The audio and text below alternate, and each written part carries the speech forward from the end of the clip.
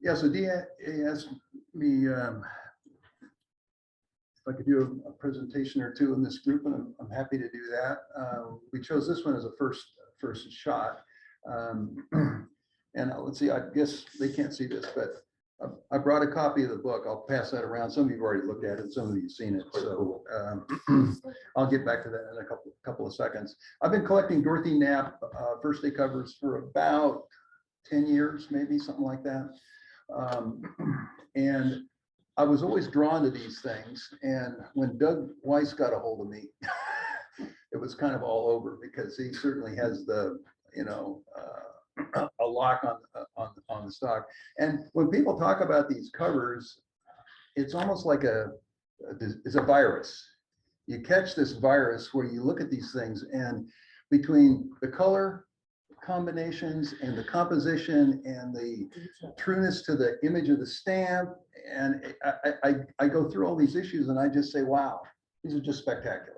So that's what kind of drew me to start collecting these things.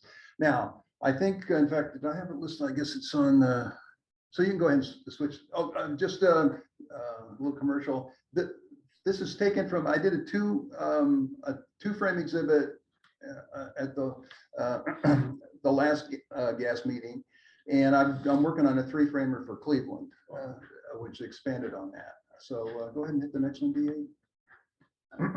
So the book I'm passing around is Doug Weiss's book on Dorothy Knapp and her covers, and I didn't actually count these all up, but I multiplied numbers by page. There's about 2,000 different covers that are shown in the book, and they're all in color, and it's quite a spectacular book with a lot of history associated with it. Unfortunately, there's not as much known about how many she actually made per cover during her active period. So a lot of that's anecdotal, and I'm not so sure how accurate it actually is. I was very surprised back in Sacramento. In fact, I think Foster said, "Are you going to the awards ceremony?" And I don't usually go to these things. He said, "You should go to this one." And so Foster, if you're still on there, I'm glad I went, because the First Day Cover Society gave me a special, what I will call eye candy award. And it was the first time that award was given. First time an award was given for eye candy. So hey, I was very pleased to get that. That's a nice honor. So that was very nice. Again, if you know Doug Weiss, or you know much about Dorothy Knapp covers, he basically is he's the market maker in these things, and has been. He was friends with Dorothy's son Wally for many years, and they worked together on putting these out in the marketplace. Wally passed away a couple of years ago, and I think a good fraction of his stock has been sold off. I think Kelleher had some, and there were various auction houses that had the covers. Dorothy's covers are a little bit complicated to sort out. So if you hit the next slide, I think I've stayed true to Doug's research. I divide her work up into really 4 periods. She didn't start doing cachets until really the late 30s, and really started about 1941. So anything you see that's postmarked before around 1941, 1940 was an add-on. And it turned out her husband was a dealer, so she would get covers and draw cachets on those, and they sold them for a grand total of $1 a piece. Well, in those days. Oh, if only. Yeah, right. The period that I've really focused on most is that second period where she started doing, period cachets around March 1941, and did that all the way through the early 50s, when I think her son Wally was going to college, and she needed to get a real job. That's the quote out of Doug's book. So that's the major focus that, at least for most of my collecting.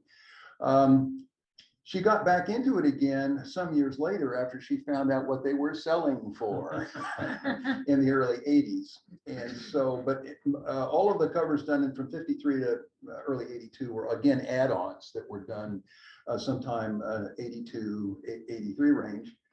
And she stopped. The last one that's listed is July 1986, and she passed away. I think it was a couple of years after that. So if you're interested, eBay has over 500 of these things listed. And if you really have a weakness for these things and deep pockets, a complete set of the 82 birds and flowers is on eBay for a small sum of $14,000. If you want. Which purse? Because there were two purses. So which purse? So anyway, you know, you get all, I guess it's what, 50 covers in that set. Now, Yeah, they didn't do the territories. actually, well, okay, why don't we leave it on this slide? My interest, I'm always looking for something I can say is bounded. So there's no way I'm ever going to collect all 2,000 of these covers, right? But my other interest is airmail.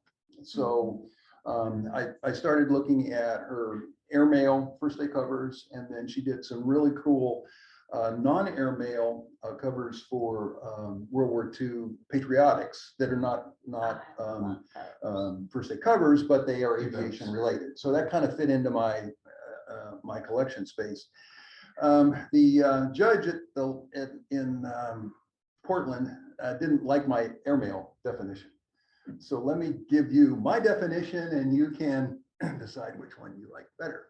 To me, if it has the right airmail postage for the airmail rate, and it's on an envelope that says via airmail or by airmail or whatever it is, that is an airmail cover, and therefore an airmail first day cover, whether it's an airmail stamp or whether it's a regular issue.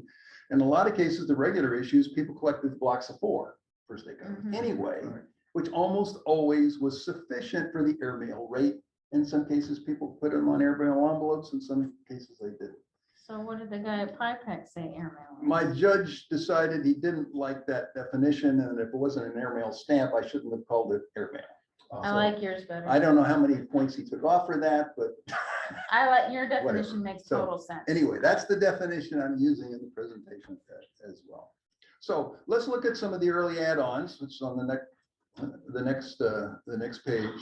And wow, those came out more spectacular than I expected. I didn't even Photoshop Isn't it. that Zion? Gorgeous. So again, these are the early add-ons. She did these in the early 40s. And in many cases, I think at least for the top 2 and the one on the bottom right, those are unique. They were one of a kind, where she was kind of learning, she claimed, how to do this. And so I think I pulled a couple of those from Doug Weiss, as a matter of fact. Now, all of those covers on this page are in line with my definition of airmail, except one of them, and that is the Zion National Parks. The 8-cent stamp is sufficient for the airmail rate, but you can't see anywhere on the cover where it says, you know, via airmail. It should have been sent by airmail. So I put that in there because I think it's a cool cover. It has the right rate. And in a lot of cases, Dorothy Knapp tended to put this red, white, and blue bars or slash, which makes you think it might have been airmail, but she didn't say it. So you can't argue that that should have been Still gorgeous. sent by airmail. Now, interestingly enough, in fact, Doug and I argue over this every time we get together. I have a collection of what I call flown airmail first day covers, where I can prove it flew. You cannot prove, I think, any cover in this set actually flew anywhere. And it was intended to be flown, but especially like, okay, so you've got some issues from 1929. In many cases, the postal workers would get these covers and they would say, well, I can get it there faster by train. Why would I put it in the airmail sack? I'm going to put it on the train that's just leaving the station. So there's a very large number of airmail, supposed airmail covers that didn't fly anywhere. And I think probably some of these are, maybe most of these are in that category. Let's see, in fact, a couple of more editorial comments. The top 2 and the bottom one for the Mount McKinley, if you look in Doug Weiss's book, those are the images that he used for his book. And I think I probably got them from him.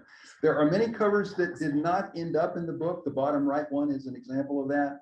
And of course, those bottom 2 covers were for the, the US possession, Mount McKinley or Mount McKinley and the Virgin yeah, Charlotte Amalie Harbor. Whoa. Virgin Island. Yeah. The block of 4 would have been fine for airmail, but they'd intended these to be airmail special delivery, so they put the additional airmail special delivery stamp on there. So You'll a see lot of those. this go ahead. Bottom 2 are addressed to Shirley Culver. There are a whole large number known addressed with that address on, and about 300 of them turned up in March. Doug bought 300 more of them in March of 2020. It's good information. Yeah, the one's in his book and the other one is not. So The one not in the book probably came from the find in 2020. He bought about yes. 300 Yeah. of them. Took a lot of my money for the one I bought. Cool. I don't want to talk about money here because anybody that thinks this is maybe it will have been a good investment in 10 years, but I do not believe that will be the case. So we'll find out. That's not why you collect. That's not, I hope nobody is collecting these things for an investment these days because unless you collect China, maybe that's a good thing to collect. So let's see, any other editorials on these? I guess not. I think the next page is also some of the add-ons. And again, these are starting to go into the late 30s. And again, I showed one that is not necessarily, well, it certainly has there's no reason to believe it was an airmail stamp, and that's a 16-cent Lincoln. It's got, again, that red, white, and blue banner across it, but otherwise there is no indication it was intended to be a cent airmail. I think let's see, yeah, and again, the Lincoln's in Doug's book, that exact cover, as well as the one on the lower right. That's one of the few covers that she did as an add-on on those special airmail envelopes that you see there. The one on the lower left is apparently quite rare, and it's not in Doug's book either. So I try to, as I think I said, it's not so easy to try to figure out how many of these things she made. For the add-ons, a lot of these, I think the one on the lower right, for example, is probably unique, especially with that airmail border. The little one on the lower left as well, as it's not in Doug's book, but otherwise, it's just very difficult to tell how many of these she actually came up with. If you look at the 2 Prexy issues on the right, you will see indeed she started using a similar design for those 2 covers. And for when she started doing the period covers, she would draw out the image in ink, and then she would use a very soft pencil on top of that and do a rubbing so that she had the outline exactly the same for as many of the covers as she was going to make. And I'm not sure she did that for those 2, but those Capitol buildings look fairly similar. And so she might have started working on that particular process at this particular time. Now, I think the next one starts with the airmail ones that I have. Go ahead. I hit the that were actually of the period, and you can see this is the transport issue from 1941, where she started doing these things. The claim is that with this issue and some of the regular mail issues, she was doing about 10 copies 10 to 15 copies per cover using that rub-on kind of a process. It seems as though these lower denomination stamps for the transport issue, she may have made a few more of them, because for the 30-cent and the 50-cent, you just never see them. And so the next page shows the 30 and the 50, and I've actually had 2 of those 50-cent covers, and I think maybe that's one of the few times I made any money on any of these when I sold the second 50-cent one. You'll notice also it's different. The other others, even the lower denomination ones, are not addressed. So she did do covers that were addressed to various collectors that wanted to get her covers. Oh, which reminds me, I brought 4 of the frames from my exhibit that you can look at. Okay, let me just start them over here.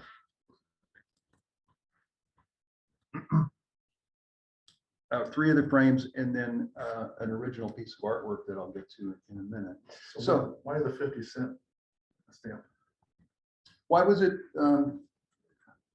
I don't know. If you think about the value of 50 cents in 1941, it might have Was it been. a round the world tour or something? No, it's just, you know, if you think about inflation, I was looking at Zeppelin stamps the other day, and it's like a $2 Zeppelin stamp today would be, the stamp itself is, $500 to $1,000, but just with inflation. So San Francisco to Asia was 50 cents. Oh, okay, there was a rate. oh, you mean why was there a 50 Yeah, cent yeah. stamp in the first place? Yes, yeah. Okay, Yeah. thank you. And the same with the 30. She did some other artwork. I was lucky enough to find I think right that's there. I don't necessarily want you to pull it out of there, No, but no. that is the panel on the right is a dinner program from the Dutchess County Philatelic Society banquet in January 1942. Great. For which she did the front page image. That is actually in Doug's book. I have no clue how many of those survived, but the guess is maybe not a whole bunch. It's interesting to look at the planes, and so you'll see that the plane on the covers is a very similar design to the plane on that program. Okay, so the next one is we're going to have a test on the next one. So one of my favorite issues is these booklet paintings, right? And this one in particular. And so those all look pretty similar. So what's the difference? Now, there are differences. I'll give you a hint to start with, and I guess you can see it pretty well on the screen. The top 2 covers are very clearly Dorothy Knapp covers for that 6-cent booklet pain issue. They are very similar, but you'll notice that the header at the upper left has been changed. Why she did that, I have no clue. But if you look through Doug's book, you'll see a number of issues where she might have done 2 or 3, or maybe even more caches that were similar, but not quite Artistic expression. exactly the same. Like the lighting. So that's the ones for the top. Now, if you look carefully at the ones on the bottom, the one on the left looks, let's Like just the plane. say, more similar to the ones on the top. The one on the right looks quite different. And if you look in the lower left, well, number one, you won't find her signature on either of these. And in fact, what you will find is the initials MW on both of them. Anybody have, That one looks not like you, Foster, MY. but somebody else? That one looks like MY. May Maywagand. So Dorothy had 2 things going. She actually made covers for the Wygans that they sold. And then she also, I guess, didn't make a fuss when Maywagand copied her designs. So Doug has done a lot of research on this, and the copy at the lower left was actually done by Dorothy Knapp, and It's has similar plane. has that funky signature, which I'll show on the next slide. But the one on the right was actually a copy of those done by Maywagand. It really herself. looks different. Yeah, It does. It does. Plane. It looks quite. that different. plane is. So The clouds too. Dia, go ahead to the next one. So I've blown up the signatures on 3 out of the 4. The Dorothy Knapp signatures is clear, but if you find that connected MW, at least Doug's research suggests that all of those were done by Dorothy Knapp for Maywagand, whereas that one on the lower right is just a Maywagand cover. Maybe I should sell that as a Dorothy Knapp. Oh, I shouldn't have said that. Oh, this is being recorded too, Yes, right? it is. Shucks. I have seen somebody trying to do that on eBay. Of course. We've seen everything on Yeah, no eBay. kidding. Police on eBay. So I think, yeah, the couple more of these are shown on the next. Again, you can see that for the booklet pane, both of the covers, the 6-inch booklet pane, both of the covers on the left have, it's pretty clear, at least on the top one. It's a hard to find that foundation. MW on the bottom one, but have that connected Yeah, it's right there. MW that were Dorothy Knapp, were Dorothy Knapp, you know, they were done by Dorothy Knapp, and she just put that in MW on there. And there's a Capitol building back again. Yeah, here's the cap, and it's funny if you think about that one we saw previously. It's a very similar looking Capitol building that has a This one very looks better. funny aspect ratio. It's a little This one's tall. better. It's a little too tall, and again, That's good, though. they're very similar, but different covers. And in fact, if you look at a lot of her covers, you will find she did one design if it was a single stamp, where she could have the image cover more of the envelope, and then she did a different design if it was a block of 4, and you know, because of that. Although I think, well, the block of 4 That almost looks fit on the bottom, but not quite. So, and again, these are all period covers. These are 1943 and 1944 during the war. She also did a number of patriotic covers, and I think the next panel shows some of these. Now, interestingly enough, if you look at them, of course, they were again during the war, but you can see that her designs changed to this more patriotic approach, even though these are all first day covers, where you've got the V for victory, or freedom, the eagle, another V, and a couple more V's. Interestingly enough, I think, let's see. Yeah, I think in my notes here. Well, let me skip to the ones on the right. If you look in Doug's book, you won't find either of those Florida covers in the first day cover section, even though they are first day covers. But if you look in his section on patriotics, you will find both of them. So that's actually an error in the book. He did all the first days together, and then he did other patriotics together as well. But I guess he didn't notice that they were both first days. And actually, the top one is actually listed in his book. The bottom one is not, and so it's also a split block 4, which is cool. But you can very clearly see the patriotic, you know, character to those particular And of ones. course, back in those days, you could only get it canceled on the day of issue. And so she got a bunch of those done and then took them home and started painting.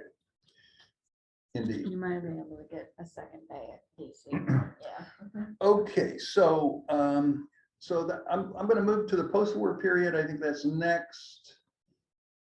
And for most of these, for most of the covers that we were just looking at, probably the maximum was 10 or 15. She started cranking up the volume after the war, and so a lot of the runs on these were quite substantially larger, maybe 50, up to 50. I like the battleship. That's party. Pardon? I like the Navy, the battleship. That was party. So, and it was interesting, these ones just right post-war to me look so Art Deco, and those are the only ones that she did that way. And I really like those. I find those to be very, very cool. Let's see, any other This is comments? Fleetwood at the bottom. Design for Fleetwood.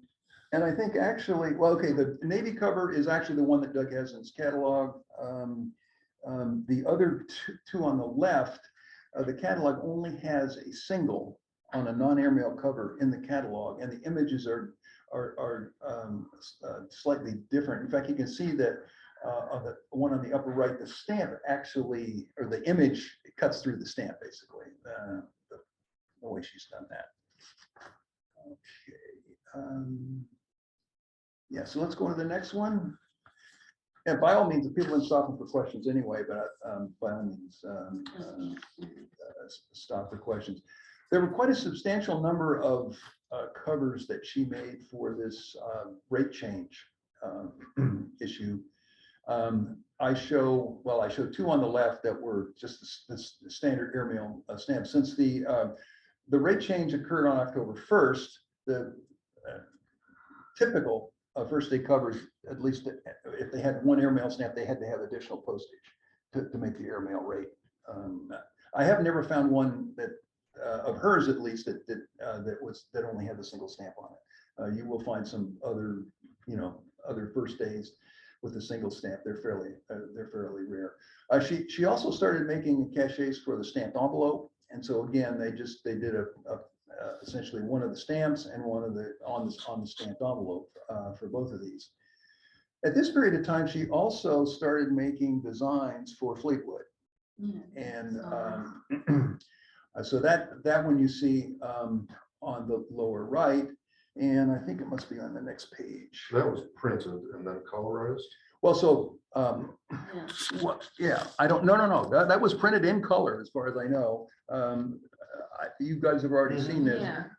This is the original artwork that she submitted to Fleetwood. It's a little bit toned over the years, but it's interesting. Of course, and if you look at the lower right, you can see her signature, which is obviously signed here. But I flip back to the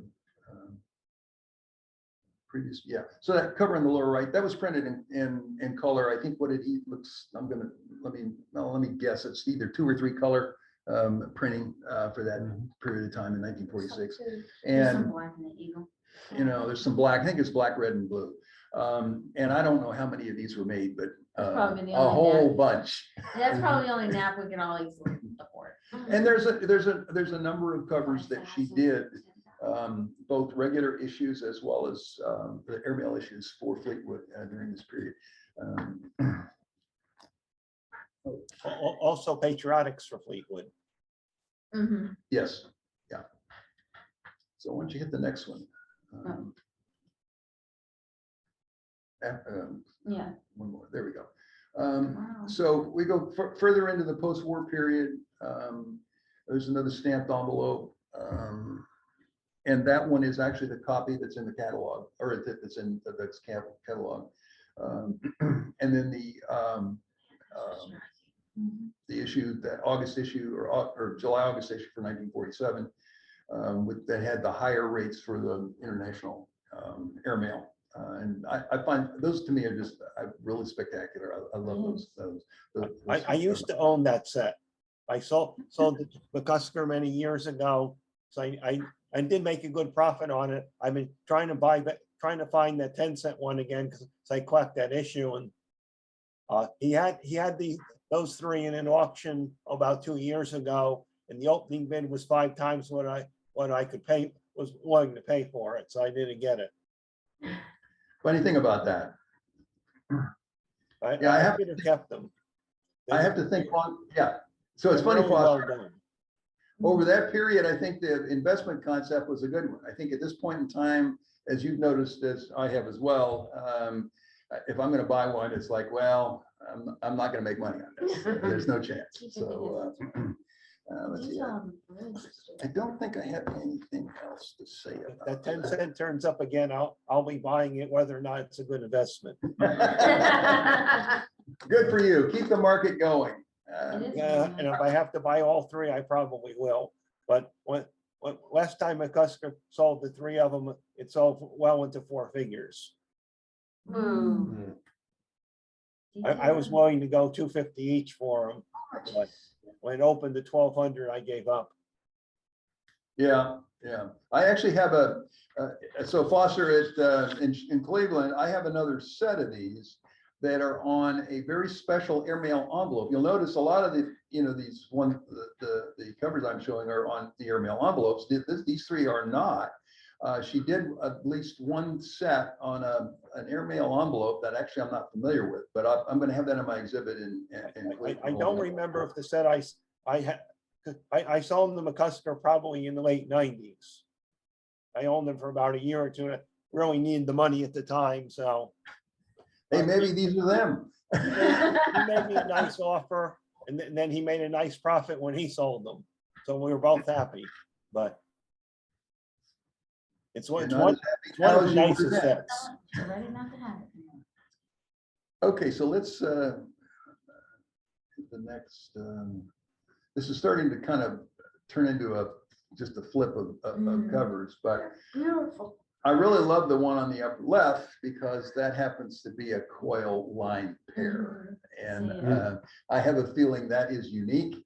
It is, it is not, well, I'm only showing one of these. There are a number of Dorothy Knapp covers for this particular issue and the regular issue as well that she made. And they all have a slightly different design. For that January 15th, when they all came out at the same time in 1948. I like the one on the bottom. Again, I'm a nut for booklet panes.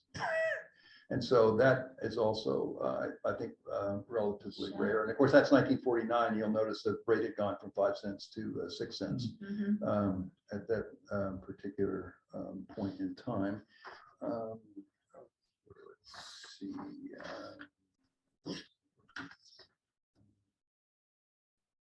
Okay, yeah. So go ahead and flip to the next one. This UPU issue is also another one that I think these covers are just spectacular. And they're not on airmail envelopes. Of course, these are all 3 airmail stamps.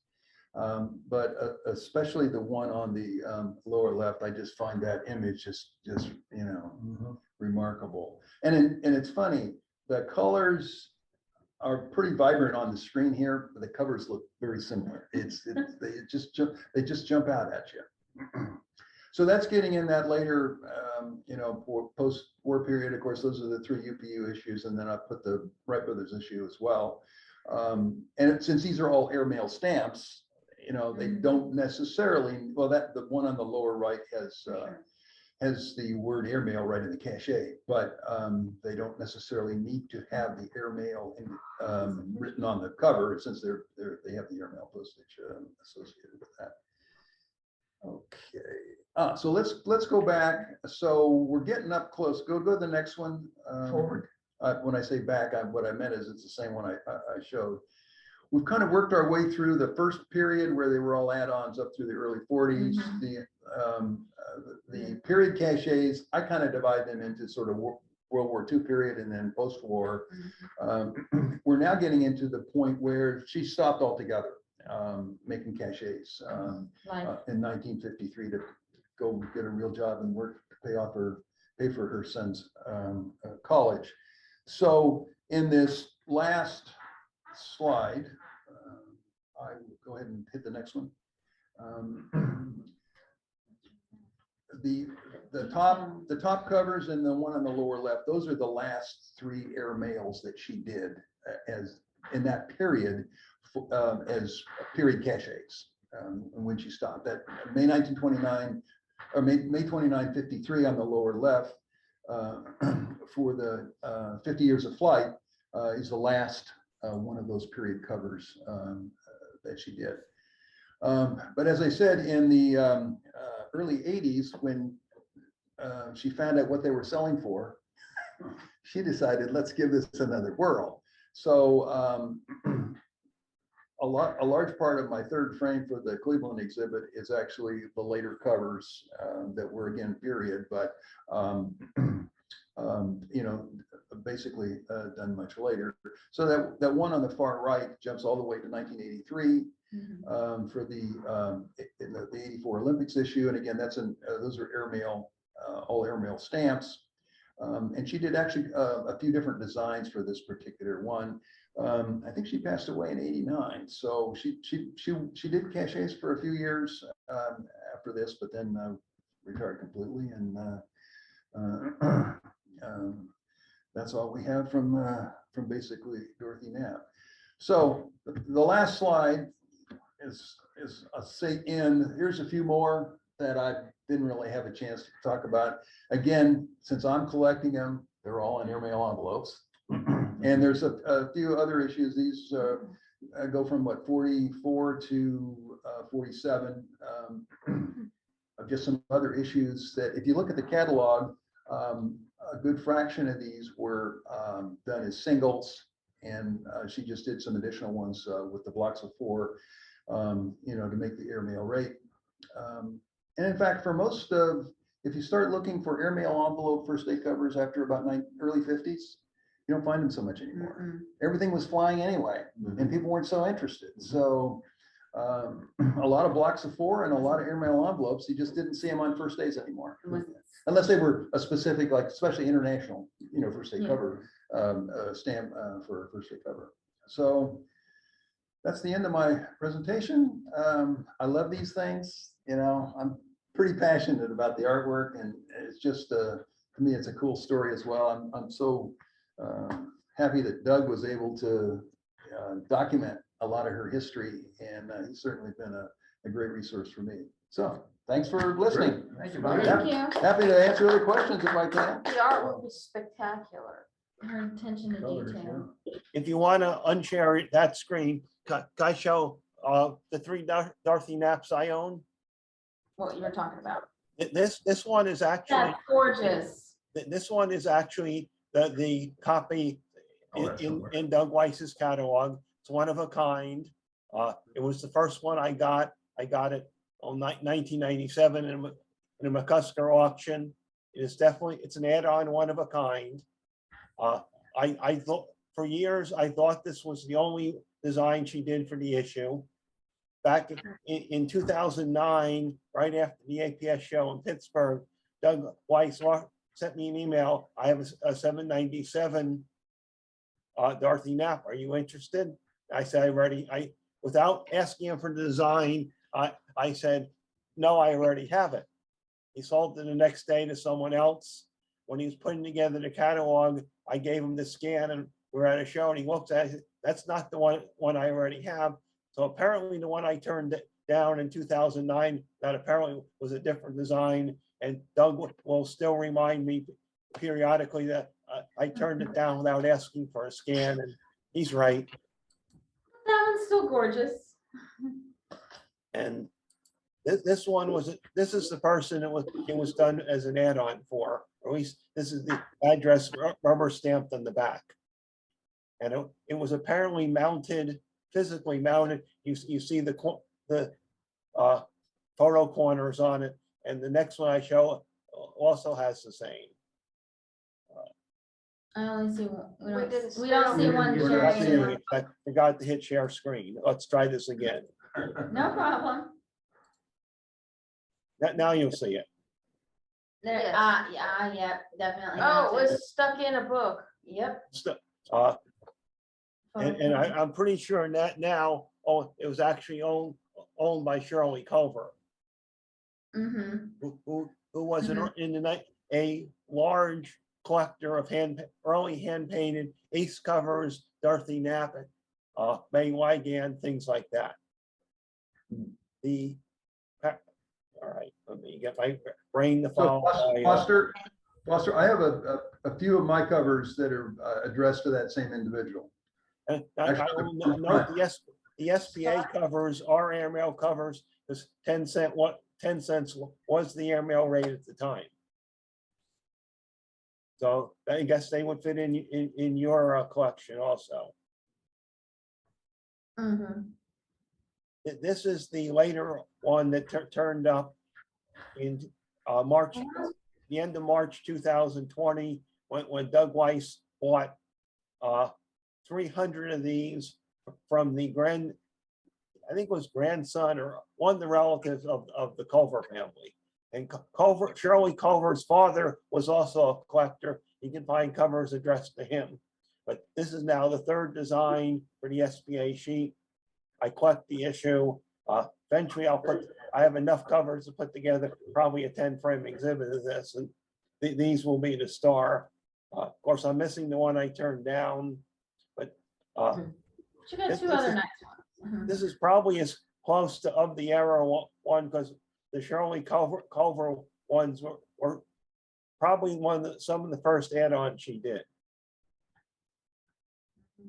I'll just say, without bragging, I'll say Doug Weiss offered this to me for $1,250, and I emailed them 5 seconds later. The check will be in the mail.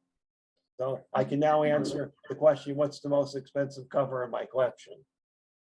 It's what non-collectors always ask me, but Well, what it sell again for that? I don't know, but it's one of a kind, and I do know one other person who collects the issue. The one I don't have supposedly is in a Dorothy Knapp collector in New York City, and unless he passes away, I may never see it again. And this is one of the later ones. You notice her 60 South Street Rhinebeck address on it, 1983 for the TVA stamp, which I also collect. Issue it right next to in the catalog, right, yeah, it's right after or right before Brooklyn Bridge. I'm drawing a mental blank.